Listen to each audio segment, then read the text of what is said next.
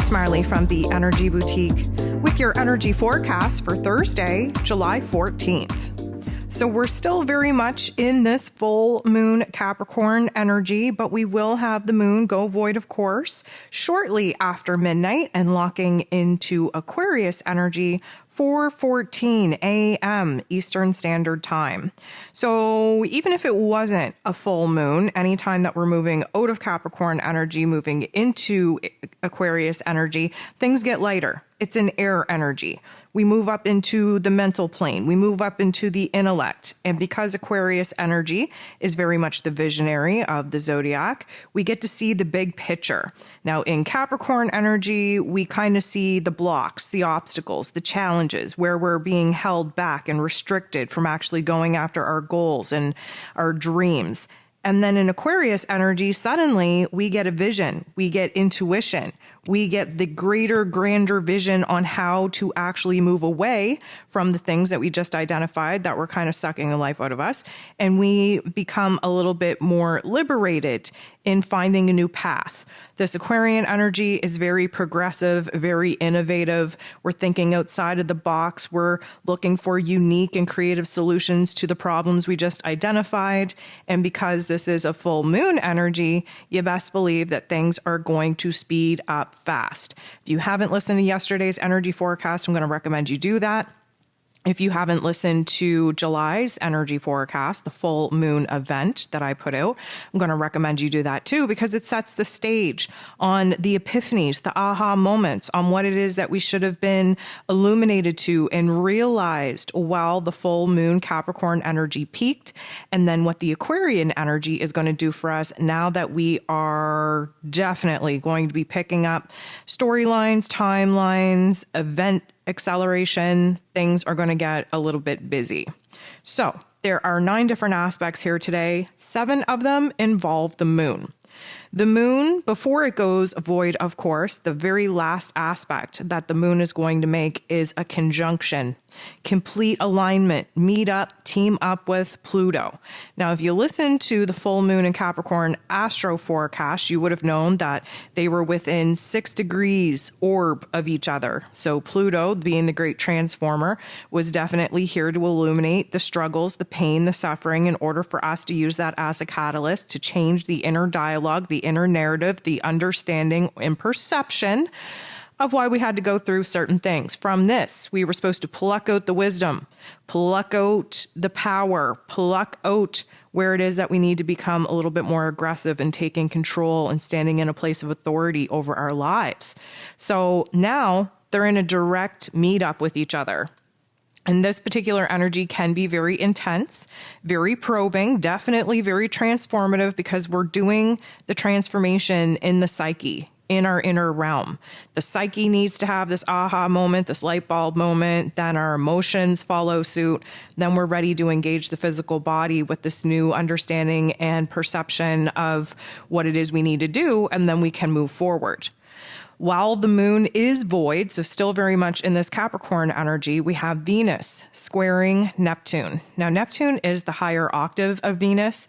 Neptune is, the spiritual part, the intuitive part, the creative part, our dreams, our imagination, while Venus is the energy that we bring all of those things to earth in. It's our vessel, our physical form, physical circumstances. It's basically the channel, the conduit that we use to bring the higher form of intelligence into our physical realm. So Venus is in Gemini, trying to, decide, make choices, choose paths, look at opportunities to open one's mind, to mix things up, to do things a little bit differently. Neptune, of course, retrograde, meaning that we're having a little bit more of a bitch slap of reality and truth thrown at us. And in Pisces. So we're very much looking to bring things full circle, looking to heal certain soul aspects. And what I would say is, this is going to be a tension point because it's a square. We have to get in that boxing ring and create a little bit of tension and conflict in our emotions in order for us to realize where there is a needed change, first and foremost.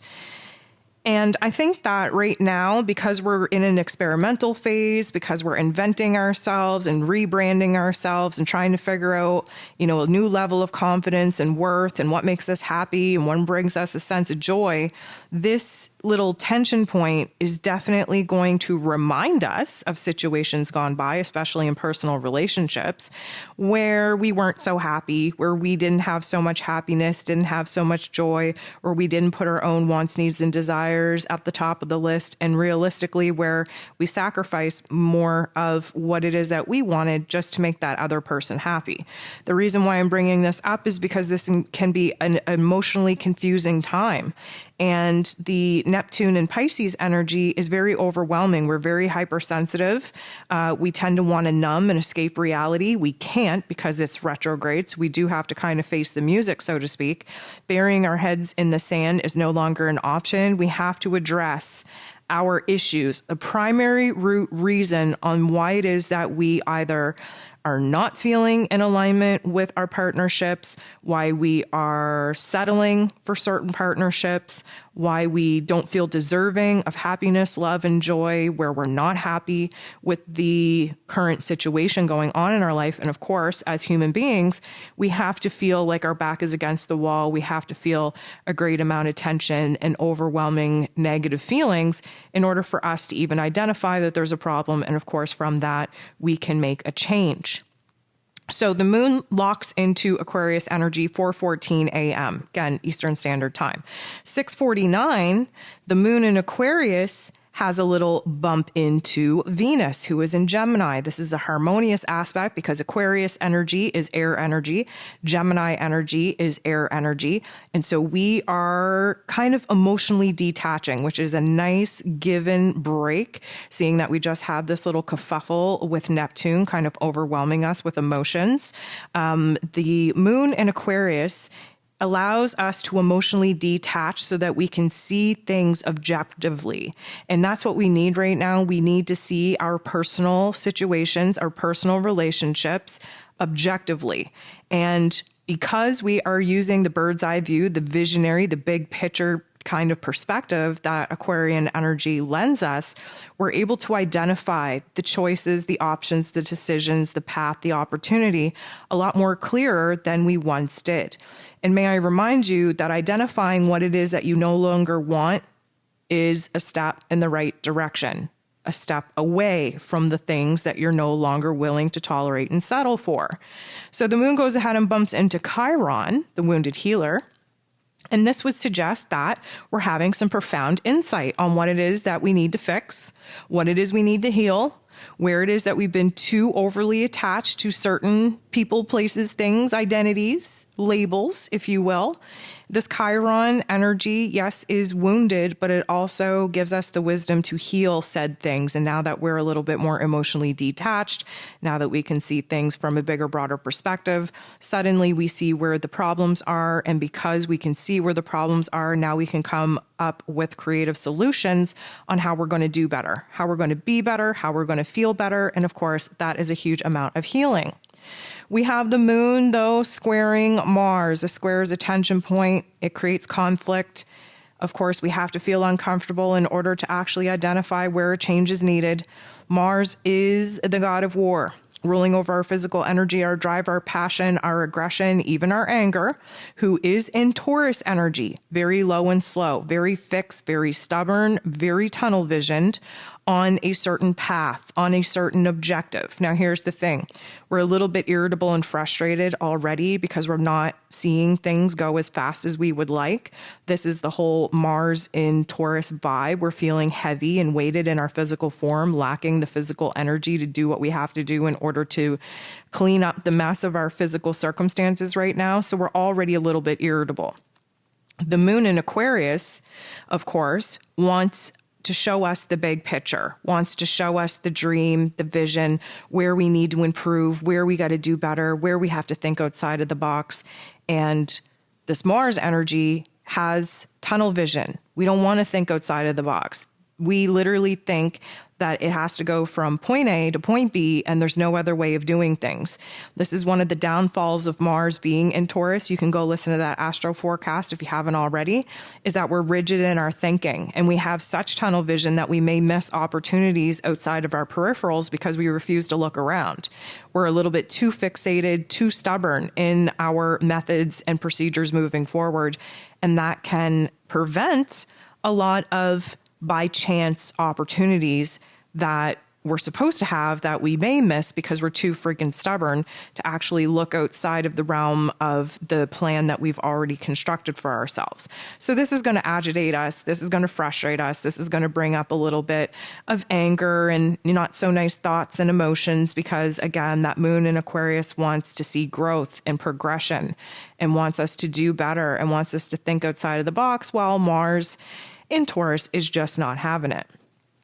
The moon is going to sextile Jupiter. This is a beautiful freaking energy.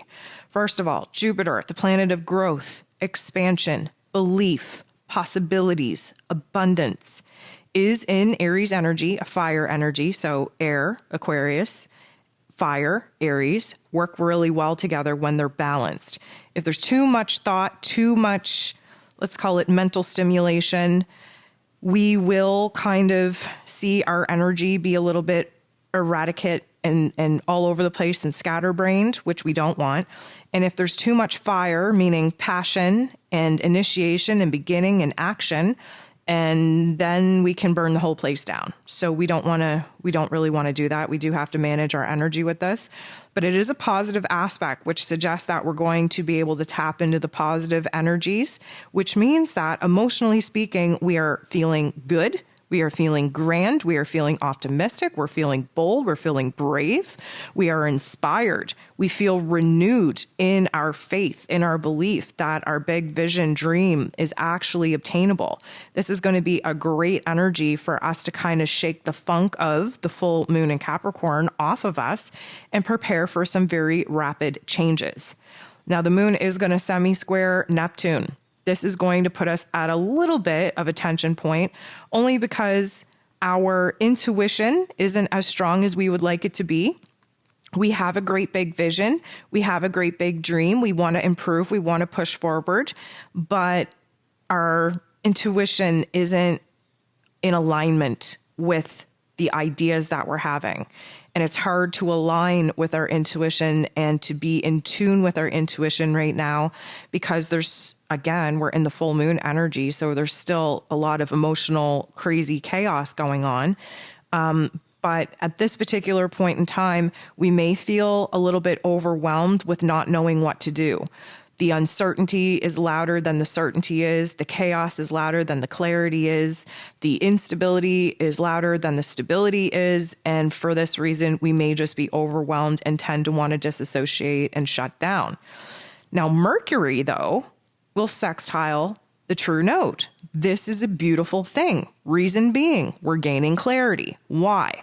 Well, Mercury rules over the mental plane and is currently in Cancer energy, meaning emotionally and intuitively, we're strong and we're blending those insights with our logical, practical mental plane. The true node is our destiny point. It's the path that we need to be on to get to our next level mission, next level purpose. And this is suggesting that we're either A, gaining information through our own processing, having a light bulb moment, aha moment, in order for us to see the next step forward.